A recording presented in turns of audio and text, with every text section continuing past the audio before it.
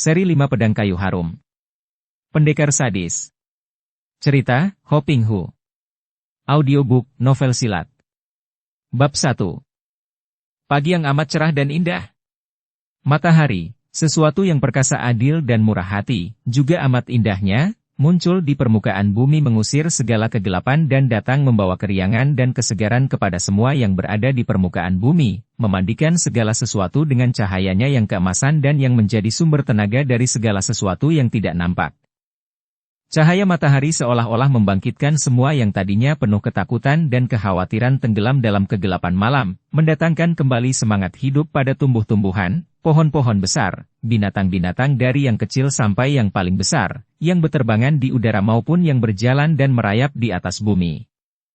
Matahari pagi yang demikian indahnya, cahaya keemasan yang menerobos di antara gumpalan-gumpalan awan yang berarak bebas teratur rapi di atas langit, embun-embun pagi yang berkilauan di ujung daun-daun, kicau burung gembira, semua itu seolah-olah mengingatkan kita bahwa kegelapan dan kesunyian dan keseraman yang timbul bersama datangnya malam bukanlah peristiwa yang abadi, melainkan hanya sementara saja. Demikian pula sebaliknya, kecerahan dan keriangan yang datang bersama matahari pagi itu pun akan terganti oleh sang malam yang membawa kegelapan. Baik buruknya siang dan malam timbul dari penilaian kita.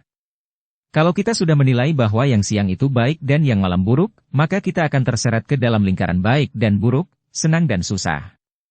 Sebaliknya, kalau kita menghadapi siang dan malam, atau segala sesuatu yang terjadi di dunia ini tanpa penilaian, maka tidak akan timbul pula baik buruk itu. Dan bukan tidak mungkin bahwa kita akan menemukan keindahan dalam kegelapan dan kesunyian malam itu? Pagi hari yang amat cerah dan indah itu selalu mendatangkan keriangan pada semua makhluk, kecuali manusia. Manusia terlalu diperbudak oleh perasaan yang timbul karena terlalu menonjolkan keakuannya. Manusia terlalu mudah mengeluh, juga terlampau mudah mabuk.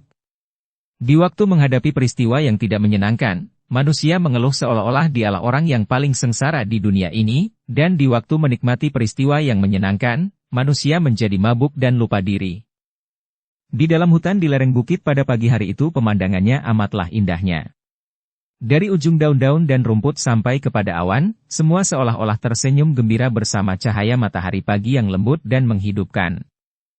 Akan tetapi, seorang wanita yang berjalan mendaki lereng bukit itu, yang memanggul tubuh seorang pria, berjalan sambil menangis sedih.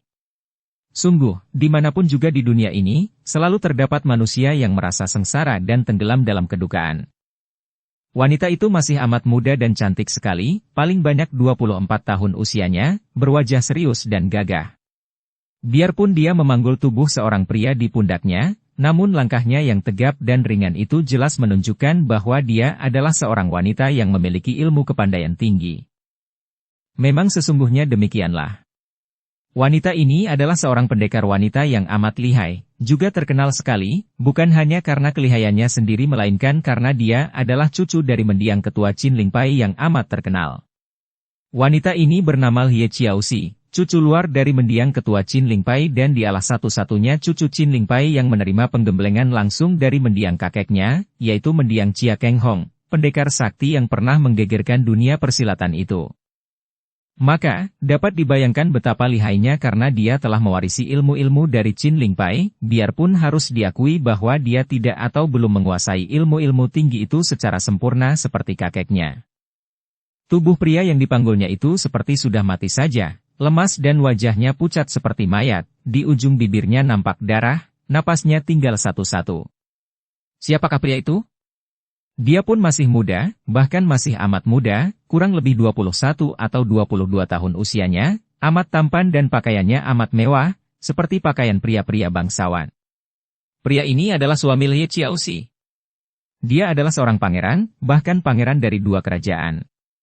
Dia adalah putra kandung dari Putri Hamila yang menjadi istri Raja Sabutai, seorang raja liar di utara daerah Mongol, maka tentu saja dia adalah seorang pangeran kerajaan utara ini.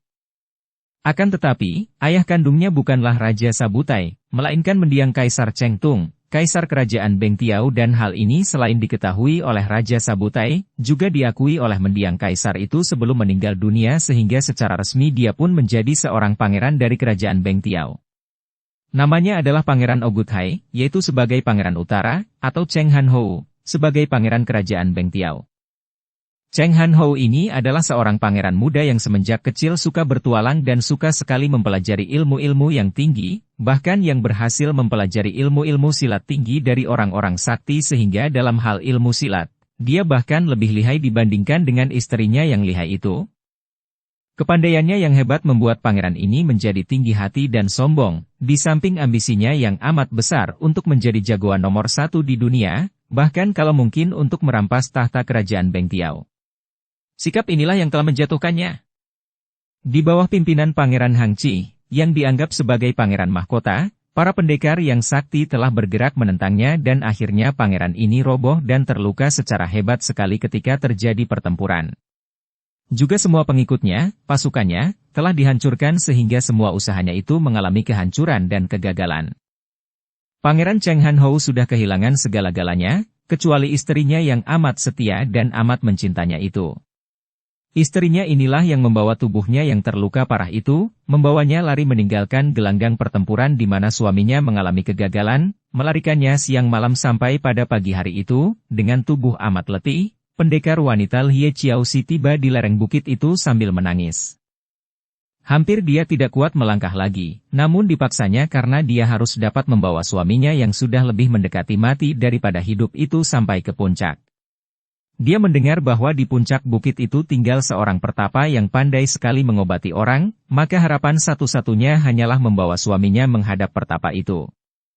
Semua peristiwa di atas telah diceritakan dalam kisah pendekar lembah naga. Dia telah melakukan perjalanan 2 hari 2 malam, hanya berhenti untuk memberi minum, atau lebih tepat memasukkan air ke dalam perut suaminya, karena suaminya itu hampir terus-menerus dalam keadaan tidak sadar. Dia sendiri selama itu hanya minum sedikit air saja. Maka, ketika dia mendaki lereng bukit ini, kedua kakinya sudah gemetar dan dia harus menggigit bibir dengan air mata menetes-netes untuk menguatkan dirinya. Betapapun juga, berkat kepandaiannya yang tinggi, langkahnya masih nampak ringan ketika dia terus mendaki ke atas, ke arah sebuah pondok di puncak yang sudah kelihatan dari bawah. Melihat pondok kecil itu, Chiaoxi merasa seperti melihat cahaya yang penuh harapan, tenaganya timbul kembali dan setengah berlari dia berloncatan naik ke atas puncak. Pondok itu kecil sederhana dan pintunya terbuka. Maka Chiaoxi yang sudah merasa betapa matanya berkunang dan kepalanya pening, melangkah masuk. Samar-samar dia melihat seorang kakek duduk bersila di dalam pondok. Dia cepat melangkah maju dan sempat berkata lirih. Mohon Lo Qian Wei sudi menolong suami saya.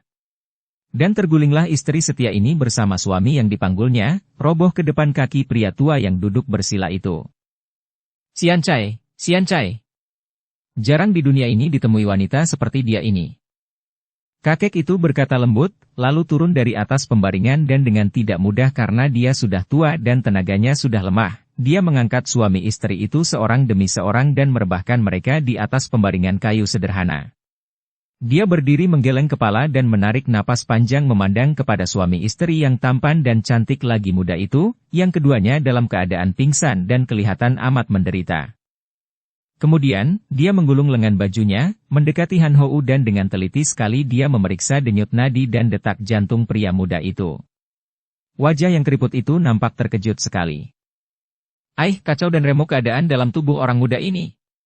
Tak tahu aku apakah aku akan dapat mengobati, sungguh hebat, mengapa kekerasan saja yang timbul dari penumpukan kepandaian? Setelah memeriksa dengan teliti dan berkali-kali dia menggeleng kepala, dia lalu memeriksa keadaan Chiaoxi dan mengangguk-angguk. Terlampau lelah, terlampau duka dan gelisah, menderita kelaparan dan kehausan. Sungguh wanita luar biasa, penuh kasih sayang dan kesetiaan. Karena maklum benar bahwa keadaan Chiaoxi tidak apa-apa sebaliknya keadaan Han Hou amat berbahaya, kakek itu cepat-cepat mengambil akar yang masih segar, lalu mengirisnya tipis-tipis dan menggodoknya dalam periuk, mencampurinya dengan beberapa macam daun dan bubukan buah kering. Sambil mengipasi api arang, dia bersenandung mengikuti irama kipas yang dia gerak-gerakkan. Siapakah kakek ini? Kakek ini adalah seorang sastrawan ahli obat yang sudah lama bertapa di puncak bukit sunyi itu, menjauhkan dunia ramai dan hanya tekun memperdalam ilmunya untuk mengobati.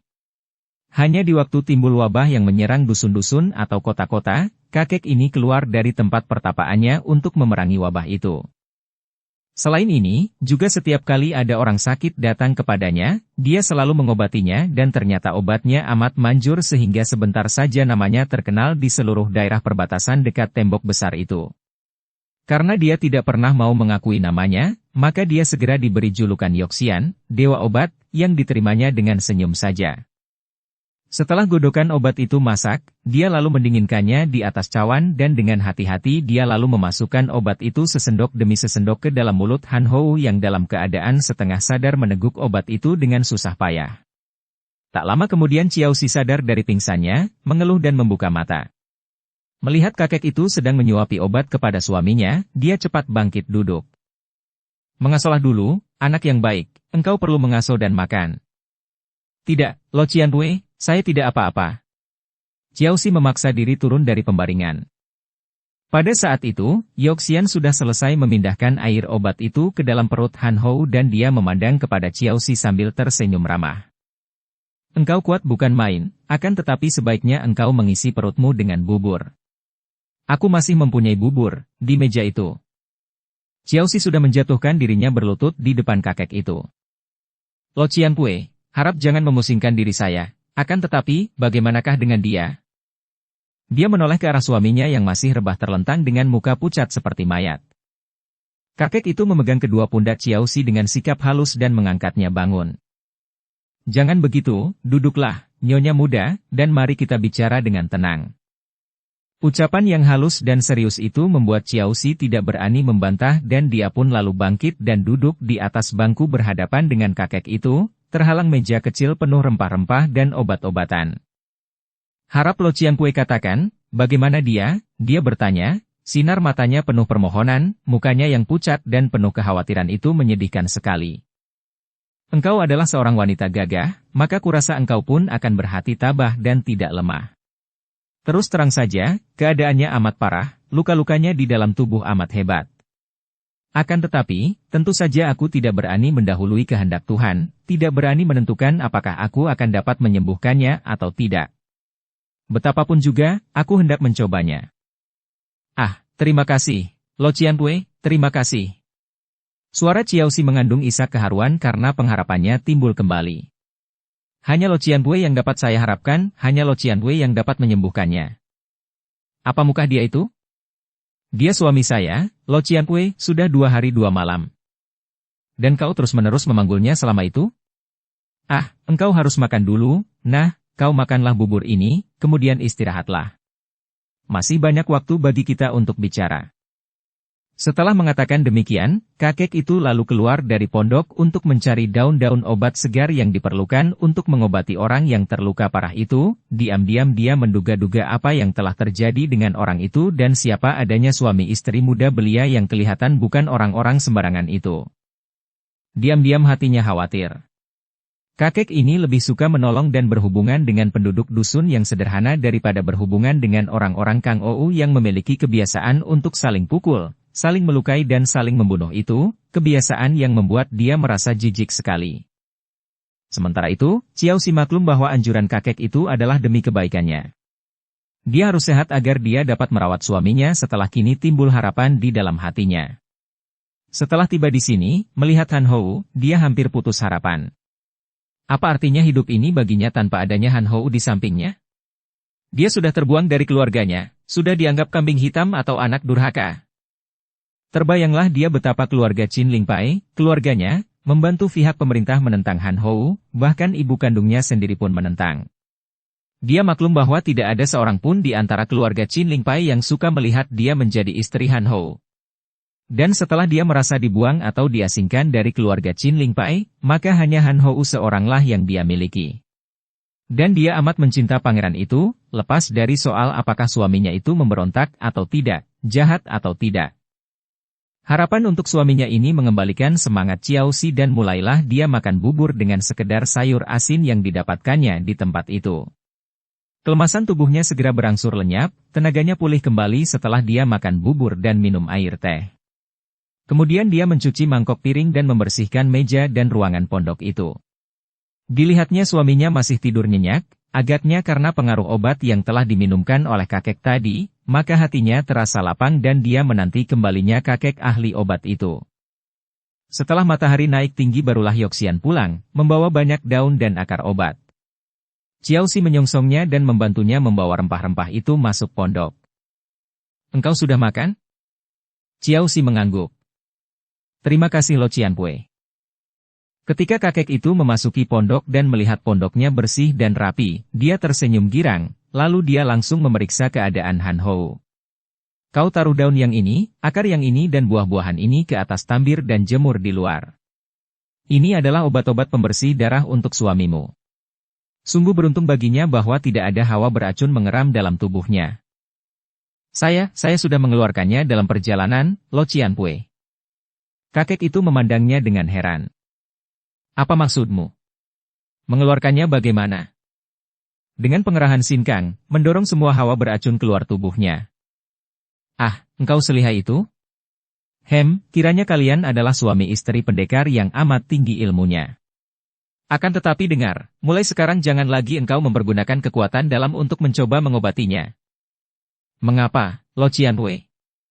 Kakek itu menarik napas panjang.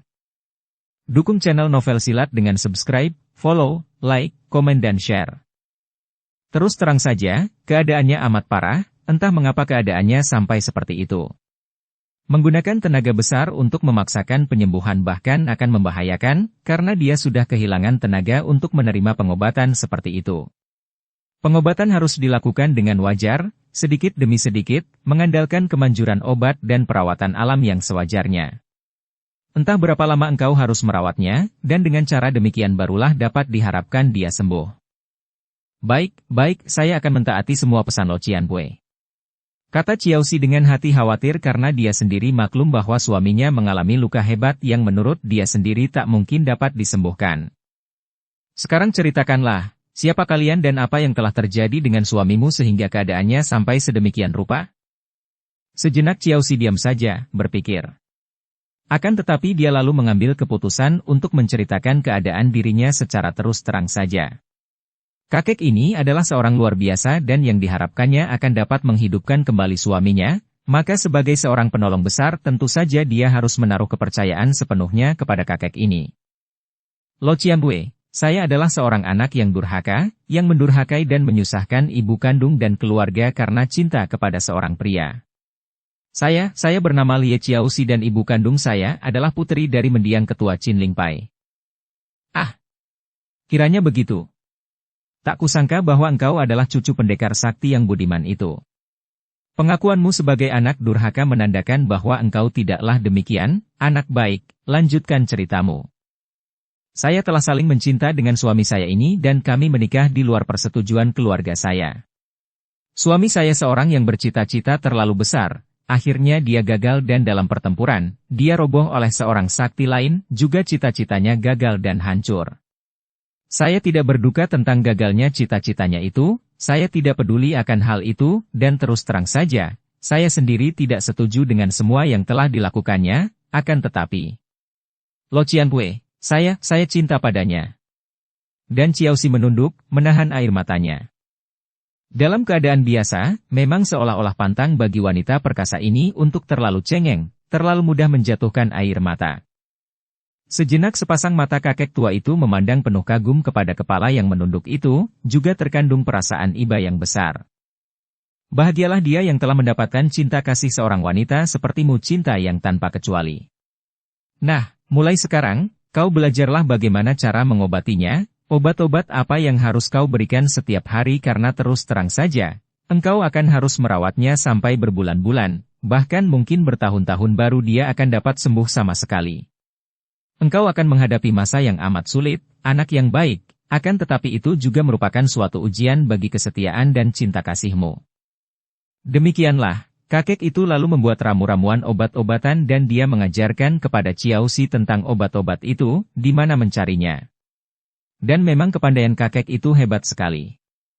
Setelah menerima pengobatan selama kurang lebih sebulan, Han Hou memperoleh kembali kesadarannya dan bahaya yang mengancam nyawanya telah lewat. Dia telah tertolong sungguh pun keadaan tubuhnya masih amat lemah sehingga dia belum mampu turun dari pembaringan. Bekas pangeran ini merasa amat terharu atas kecintaan istrinya. Dia sampai menangis mengguguk ketika mendengar akan penderitaan istrinya ketika menyelamatkannya, dan diam-diam pangeran ini mulai menyesali semua sepak terjangnya untuk mengejar ambisi dan cita-citanya. Baru sekarang, setelah dia gagal dan mengalami kesengsaraan sebagai akibat daripada pengejaran cita-citanya itu, nampak jelas olehnya betapa bodohnya dia, betapa gilanya dia, digilakan oleh berkilaunya semua cita-cita yang dijangkaunya. Memang demikianlah. Ambisi atau cita-cita selalu nampak indah cemerlang, jauh lebih indah daripada apa adanya saat kita mengejar cita-cita itu. Dan telah menjadi pendapat umum yang menyesatkan bahwa kita manusia hidup harus bercita-cita, karena kalau tidak ada cita-cita, kita akan mati, tidak berdaya cipta, dan tidak akan maju. Benarkah demikian? Tidak sehat dan tidak cerdaslah namanya kalau kita hanya menerima pendapat begini atau begitu tanpa menyelidikinya dalam kehidupan kita sehari-hari. Sebaliknya kalau kita menyelidiki, apakah sesungguhnya ambisi atau cita-cita itu? Cita-cita adalah bayangan akan sesuatu yang belum ada, akan sesuatu yang kita anggap akan lebih baik, lebih menyenangkan daripada keadaan yang ada sekarang ini. Cita-cita adalah bayangan suatu keadaan yang lebih menyenangkan. Bukankah demikian? Jadi, cita-cita adalah pengejaran atau keinginan akan sesuatu yang dianggap akan lebih menyenangkan daripada keadaan sekarang ini. Ada yang bercita-cita untuk menjadi kaya raya, atau setidaknya jauh lebih kaya daripada keadaannya sekarang, berarti dia ini mengejar-ngejar harta kekayaan yang dianggapnya akan mendatangkan kesenangan dalam hidupnya. Ada pula yang bercita-cita untuk memperoleh kedudukan yang lebih tinggi daripada sekarang, tentu saja cita-cita itu muncul karena dianggap bahwa hal itu akan mendatangkan kesenangan dalam hidupnya. Pendapat umum mengatakan demikian, dan kita menerima saja sebagai sesuatu yang sudah pasti. Padahal, apakah kekayaan dan kedudukan itu pasti mendatangkan kesenangan? Memang, mendatangkan kesenangan, akan tetapi juga kesusahan sebagai tandingannya. Yang jelas, tidak akan mendatangkan kebahagiaan. Dan seperti dapat dilihat dari bukti sehari-hari, yang dikejar-kejar yang masih merupakan ambisi atau cita-cita itu hanyalah merupakan kesenangan yang pada kenyataannya tidaklah seindah dan sekemilau seperti yang dikejarnya. Setelah yang dikejarnya itu terdapat, maka apa yang didapat itu hanya mendatangkan kesenangan sepintas saja, lalu membosankan, karena mata kita sudah melihat lagi jauh ke depan, kepada yang kita anggap lebih menyenangkan lagi, yang merupakan penyakit yang takkan habis sebelum kita mati, yaitu penyakit mengejar sesuatu yang kita anggap lebih menyenangkan. Dan pengejaran atau penyakit ini membuat kita tidak pernah dapat merasakan keindahan saat ini, tidak pernah dapat menikmati keadaan saat ini. Kita hanya menikmati bayangan-bayangan indah dari cita-cita atau ambisi itu saja. Kemajuan yang dijadikan pendapat umum itu apakah sesungguhnya? Kalau kita mau meneliti diri sendiri, segala sesuatu telah kita dasarkan kepada kebendaan, kepada lahiriah belaka sehingga ukuran kata, kemajuan, bagi kita bukan lain adalah uang dan kedudukan. Majukah seseorang kalau dia sudah memiliki kedudukan tinggi atau banyak uang? Beginilah memang pendapat umum, pendapat kita. Bahagiakah seseorang kalau dia sudah berkedudukan tinggi atau memiliki banyak uang? Kalau kita menyelidiki mereka yang umum anggap berkedudukan tinggi atau berharta besar, maka jawabannya ternyata akan berbunyi, tidak. Pengejaran kesenangan sudah pasti mendatangkan perbuatan-perbuatan yang kejam dan menyeleweng, karena demi pencapaian cita-cita itu kita tidak segan-segan untuk menyingkirkan siapa juga yang menjadi penghalang. Kita tidak segan-segan melakukan penyelewengan-penyelewengan, korupsi, kelicikan, jegal-menjegal, perebutan kursi, apa saja tanpa ada yang diharamkan, demi mencapai cita-cita atau demi tercapainya yang kita anggap akan menyenangkan itu. Dan apakah artinya semua, kemajuan, lahir tanpa disertai kebersihan batin, tanpa adanya cinta kasih antar manusia dalam batin kita? Dunia sekarang membuktikannya. Semua, kemajuan, yang serba hebat, tenaga-tenaga yang serba dahsyat, lebih banyak dipergunakan oleh manusia untuk saling menghancurkan, saling membunuh. Mari kita sama-sama membuka mata melihat keadaan yang sebenarnya dari kehidupan kita di dunia. Lihatlah perang senjata-senjata yang serba dahsyat, serba maut. Lihatlah kepalsuan-kepalsuan dalam politik. Lihatlah kelicikan-kelicikan dalam perdagangan. Lihatlah perbedaan-perbedaan antara si kaya dan si miskin. Lihatlah negara ini berlimpah ruah, negara itu kelaparan. Lihatlah keadaan dunia pada umumnya. Apakah kita boleh berbangga hati dan membusungkan dada mengatakan bahwa kita manusia ini telah maju? Betapa menyedihkan. Setelah Ciaoxi mempelajari bagaimana dia harus mengobati suaminya, dia lalu mencari sebuah rumah di dalam sebuah dusun kecil di lereng bukit itu. Dengan sisa perhiasan yang menempel di tubuhnya, cukuplah baginya untuk membeli sebidang tanah dengan rumah yang sederhana, dan disitulah dia merawat suaminya sambil mempergunakan tenaga petani mengusahakan tanahnya, cukup untuk keperluan sehari-hari selama dia merawat suaminya dengan penuh ketekunan. Ciaoxi amat mencinta suaminya. Dengan penuh cinta kasih dalam dada, biarpun dia hidup sederhana, berpakaian wanita petani, tinggal di rumah sederhana, namun wanita muda ini nampak segar dan kedua pipinya kemerahan seperti buah tomat yang ditanamnya, sepasang matanya selalu bening berseri, murah senyum. Di sini, dia tidak pernah memikirkan tentang kekerasan, melainkan hidup penuh tentram dan damai di antara penduduk dusun yang hanya memiliki sedikit kebutuhan hidup mereka secara wajar. Han Hou semakin terharu oleh sikap istrinya. Dia maklum bahwa nyawanya tertolong, akan tetapi sebagai seorang ahli silat yang memiliki kepandaian tinggi, dia pun tahu bahwa ada beberapa bagian tubuhnya yang rusak sehingga dia tidak akan mampu lagi mengerahkan seluruh tenaga sinkang seperti dahulu. Kepandaian, yaitu ilmu silatnya, memang masih ada, akan tetapi apa artinya kalau sinkangnya sudah lenyap dan tidak sedikit tenaga dalam yang tidak ada artinya itu? Maka, dalam keadaan masih setengah lumpuh, kedua kakinya masih belum kuat dipakai jalan, dia mulai mencatatkan ilmu-ilmunya yang paling rahasia dan tinggi, yang didapatnya dari pelajaran kitab ciptaan Bu Beng Hut Chou. Dia menuliskan ilmu-ilmu Hok Leong Xinjiang dan Hok Te Sin Kun, juga ilmu menghimpun tenaga, dengan cara yang amat cerdik, dengan tulisan-tulisan rahasia dan kalau orang lain yang membaca kitab itu, maka dia takkan mungkin mengerti semua isinya dan kalau orang berani mempelajarinya tanpa tahu akan rahasianya, maka orang itu akan memperoleh pelajaran sesat yang berbahaya bagi dirinya sendiri. Dengan tekun, sama tekunnya dengan istrinya yang merawatnya, Han Hou menuliskan kitab itu. Dia pun, seperti istrinya, dapat mulai merasakan ketentraman hidup, ketenangan batin tinggal di tempat sunyi ini, penuh dengan kesegaran hawa gunung dan sinar matahari. Yao Xian kadang-kadang datang berkunjung, atau kadang-kadang Ciaoxi yang datang berkunjung ke puncak dan ke pondok kakek itu untuk minta nasihat tentang pengobatan suaminya. Mereka menjadi sahabat-sahabat baik dan Yao Xian diam-diam kagum akan pengetahuan bekas pangeran itu yang cukup luas, karena memang Han Hou banyak mempelajari kitab-kitab sejarah dan kesusastraan. Ketika Han Hou mendengar bahwa selain ilmu pengobatan, kakek ini juga memiliki keahlian untuk meramal, dia tertawa. "Ah, kalau begitu, tolonglah engkau libatkan garis nasibku, Lo Cianpue," katanya sambil bangkit duduk dan menyeret kedua kakinya yang masih setengah lumpuh itu agar dia dapat duduk di pembaringan. Yao Xian tertawa juga melihat kegembiraan wajah tampan dari pangeran muda itu. Ilmu meramal hanyalah ilmu iseng-iseng saja, pangeran. Perlu apa mengetahui keadaan yang belum tiba? Aku pun hanya iseng-iseng mau tahu saja Lo Cianpue. Habis, untuk apa Lo Cianpue mempelajari ilmu meramal kalau tidak mau melihat garis nasib orang, kata Han Hou sambil menyodorkan tangan kirinya.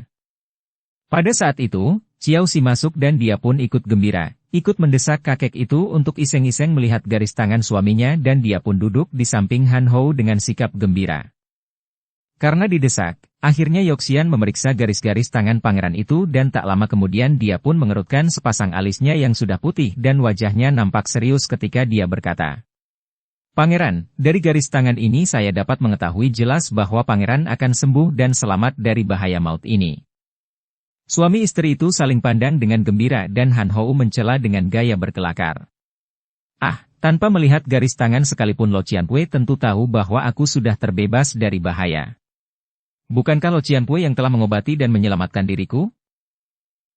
Jangan mencela dan memandang rendah. Ciaoxi menegur suaminya. Lo Cianpue, harap teruskan membaca garis nasibnya. Kakek itu terus menyusuri garis-garis telapak tangan Han Hou, kemudian, tanpa mempedulikan teguran pangeran itu tadi, dia berkata lagi. Pangeran akan mempunyai keturunan, seorang putera. Han Hou menoleh kepada istrinya dan mereka saling pandang dengan penuh arti. Sejak Han Hou terluka, kedua kakinya dan tubuh bawahnya seperti dalam keadaan lumpuh sehingga dia tidak mampu melaksanakan tugasnya sebagai seorang suami. Bagaimana mungkin dia akan dapat mempunyai seorang putera? Tapi, katanya ragu. Ini hanya ramalan iseng saja, pangeran, tidak perlu terlalu dipercaya. Akan tetapi menurut garis nasib, jelas bahwa pangeran akan mempunyai seorang putra. Akan tetapi yang terlebih penting lagi. Kakek itu mengerutkan alisnya dan meneliti garis-garis tangan itu, kelihatan serius sekali sehingga Han Hou dan Ciao Si ikut pula merasa tegang. Ada apakah, Lo Cianpue? Tanya Ciao Si khawatir. Inilah kebaikannya ilmu meramal. Akhirnya kakek itu berkata, manusia dapat berhati-hati menghadapi bintang gelap. Saya melihat bintang gelap sekali dalam perjalanan hidup pangeran, dan bahaya besar mengancam kalau pangeran mendekati keluarga. Oleh karena itu, saya hanya dapat menganjurkan agar pangeran dan istri mengasingkan diri dan hidup tentram di sini, jangan sekali-kali mendekati keluarga. Yang Lo Cianpue maksudkan, keluarga yang mana? Ciao Si bertanya khawatir sedangkan Han Hou hanya tersenyum saja karena dia tidak percaya akan semua ini. Tidak dijelaskan dalam garis-garis itu, hanya ada tanda bahwa bahaya itu datang melalui keluarga. Maka sebaiknya kalau Jiwie, kalian, tinggal tentram saja di tempat ini dan lupakan semua masa lalu dan hubungan keluarga. Ramalan yang dilakukan secara iseng-iseng itu mendatangkan kesan mendalam dalam hati Ciao Si. Akan tetapi Han Hou tidak mempedulikannya, sungguh pun untuk waktu itu dia sama sekali tidak berkeinginan untuk berhubungan dengan keluarganya. Keluarga mana yang akan dihubunginya? Ayah kandungnya telah tiada, dan saudara-saudaranya, kaisar dan para pangeran di kerajaan Beng tentu semua benci dan menganggapnya sebagai musuh dan pemberontak. Sedangkan ayah tirinya, Raja Sabutai, tentu juga marah kepadanya karena kegagalannya. Di samping itu, dia merasa malu untuk berjumpa dengan siapapun juga dalam keadaan setengah lumpuh dan tidak berdaya ini. Demikianlah, dengan penuh cinta dan kesetiaan, Ciao Si pendekar wanita yang gagah perkasa dan cantik manis itu merawat suaminya. Perlahan-lahan, sedikit demi sedikit, kesehatan Han Hou makin membaik dan kedua kakinya pun mulai dapat digerakkan. Agaknya ramalan Yoxian itu mendekati kebenaran karena Han Hou yang tadinya mengira akan lumpuh selamanya itu kini mulai dapat berjalan dan setelah dirawat selama 2 tahun, benar saja, dia telah sembuh sama sekali. Dia telah sehat lagi, tidak lumpuh, dan dia dapat melakukan tugas sebagai suami normal, dan dapat berjalan, bahkan berlari dan bergerak cepat. Sungguh pun tenaga sinkangnya telah banyak hilang sehingga biarpun dia dapat mainkan kembali semua ilmu silatnya, namun tidak dapat sepenuh tenaga dan tentu saja dia telah kehilangan kelihayannya. Bahkan dengan sisa tenaga sinkang yang tidak berapa kuat itu, dia tidak lagi mampu memainkan ilmu-ilmu silatnya yang dipelajarinya dahulu dari kitab-kitab Bu Beng Hu Chou. Tentu saja pangeran ini menjadi kecewa dan berduka, akan tetapi istrinya yang mencintanya itu menghiburnya dan mereka berdua hidup rukun dan saling mencinta di tempat yang sunyi itu. Beberapa bulan kemudian, suami istri itu merasa amat gembira dan berbahagia dengan kenyataan bahwa Ciao Si mulai mengandung. Dan 9 bulan kemudian terbuktilah ramalan Yoxian dengan lahirnya seorang anak laki-laki yang sehat dan mungil. Akan tetapi, kegembiraan bagi suami istri itu disuramkan dengan peristiwa kematian Yoxian. Kakek yang usianya tentu sudah lebih dari 100 tahun itu meninggal dunia dalam keadaan tenang dan karena kakek itu tidak berkeluarga, maka Han Hou dan Ciao Si yang menganggap kakek itu sebagai penolong mereka, lalu merawat dan mengurus jenazahnya, dibantu oleh para penghuni dusun mereka. Anak laki-laki itu mereka beri nama Cheng Tianxin. Tentu saja suami istri itu merasa amat berbahagia dan mereka merawat Tianxin penuh kasih sayang. Sejak kecil sekali Tianxin telah menunjukkan bahwa dia amat cerdik di samping memiliki wajah yang sangat tampan sekali. Dengan adanya Tianxin, suami istri itu merasa terhibur dan agaknya mereka sudah tidak membutuhkan apa-apa lagi, sudah cukup berbahagia hidup bertiga di dusun itu, mempunyai para tetangga orang-orang dusun yang amat jujur dan bersahaja hidupnya, hidup sehat dekat dengan alam. Jauh dari keributan karena ulah manusia kota yang selalu bersaing untuk mengejar kesenangan, memperebutkan uang, kedudukan dan nama serta menjadi hamba yang membuta dari nafsu-nafsu mereka. Bertahun-tahun lewat dengan cepatnya tanpa terasa dan tahu-tahu 8 tahun telah lewat sejak Tianxin terlahir ke dalam dunia. Setelah berusia 8 tahun, makin nampak betapa anak ini memiliki wajah yang amat tampan, wajah yang sedemikian eloknya sehingga nampak manis seperti wajah seorang anak perempuan. Akan tetapi wataknya cukup jantan karena anak ini selain cerdik, juga memiliki pribadi yang kuat dan tabah dan semenjak kecil tentu saja dia telah digembleng oleh ayahnya sendiri. Biarpun dia sendiri sudah kehilangan sinkangnya, namun tentu saja Han Hou tahu bagaimana caranya mendidik dan melatih ilmu-ilmu silat kepada putranya yang amat disayangnya. Dasar-dasar ilmu silat tinggi telah diajarkan kepada anak itu semenjak anak itu berusia 5 tahun.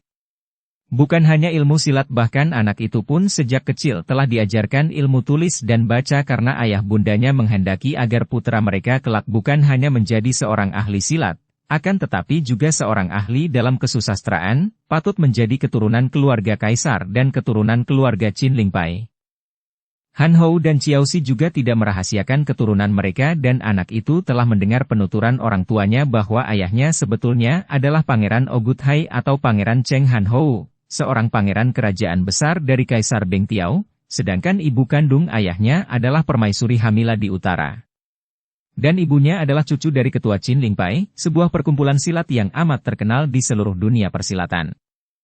Penuturan ini tentu saja menanamkan sesuatu dalam batin Tianxin, dan semenjak mendengar tentang keturunan ini, dia merasa bahwa dirinya jauh lebih tinggi dalam hal keturunan dan derajat daripada semua anak di dalam dusun itu. Dia tidak menjadi tinggi hati atau sombong karenanya, hanya dia merasa seperti menyimpan suatu rahasia yang membuatnya merasa amat bangga. Dari ibunya, Tianxin memperoleh pelajaran tentang sikap seorang pendekar besar yang selalu harus membela kebenaran dan keadilan, harus melindungi yang lemah tertindas dan harus menentang setiap kejahatan dan orang-orang kuat yang bertindak sewenang-wenang, harus pula selalu merendahkan hati dan menjauhi sikap sombong. Pada suatu hari, selagi Tianxin berada di depan rumahnya, seorang Huixio memasuki halaman rumah itu. Seorang Huixio yang berpakaian sederhana berwarna kuning, memegang tongkat dan sebuah mangkok butut. Huixio itu masih belum tua benar, belum ada 40 tahun usianya, berwajah tegap dan nampak kuat, wajahnya tampan dan bundar, sepasang matanya mengeluarkan sinar ketulusan dan kejujuran, mulutnya tersenyum wajar tidak dibuat-buat. Melihat Huixio itu memasuki halaman dengan langkah lambat tanpa ragu-ragu, Tianxin bangkit dan memandang tajam. Dia adalah seorang anak yang sejak lahir berada di dalam dusun, namun pengetahuannya telah cukup banyak berkat bimbingan ayah bundanya sehingga melihat Huixio ini, tahulah dia apa yang dikehendaki oleh pendeta itu.